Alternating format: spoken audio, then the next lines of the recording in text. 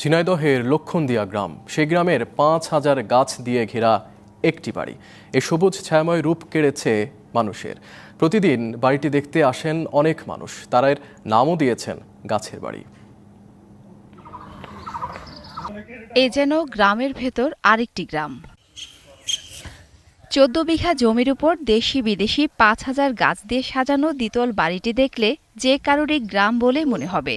ঝিনাইদহের শৈলকুপা উপজেলার লক্ষণদিয়া গ্রামে গেলেই দেখা মিলবে বাড়িটির। কোথাও বনজ, কোথাও বা ফুল ফলের গাছ। বাড়ির আঙিনা থেকে শুরু করে প্রতিটি স্থানকে সাজানো হয়েছে গাছ দিয়ে।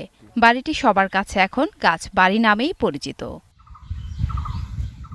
গাছবাড়ির উদ্যোক্তা জানালেন, গাছের প্রতি টান থেকেই ধীরে ধীরে এমন রূপ। গাছগুলো আমার সাথে কথা বলে বা তাদের কথা ভাষা বুঝি বা এরকম ওরাও আমার ভাষা বোঝে, এরকম মনে হয় যে সন্তানের মতো গাছগুলো। গাছ বাড়ি দেখতে দূর দূরান্ত থেকে ছুটে আসেন অনেকে।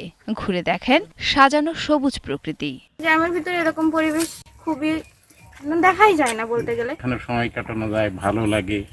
অনেক প্রজাতির গাছ আছে এখানে। গ্রামের ভিতরে একটা সুন্দর প্রাকৃতিক দৃশ্য এবং এই জন্যই দেখতে আসছি। জীবনে যা আয় করেছেন তার বড় অংশ ব্যয় করেছেন গাছের সংগ্রহশালায়। গাছ পরিচর্যায় শ্রমিক রাখলেও গাছের টানেই কয়েকদিন পরপর চলে আসেন উদ্যোক্তা আমিরুল। DBC news desk.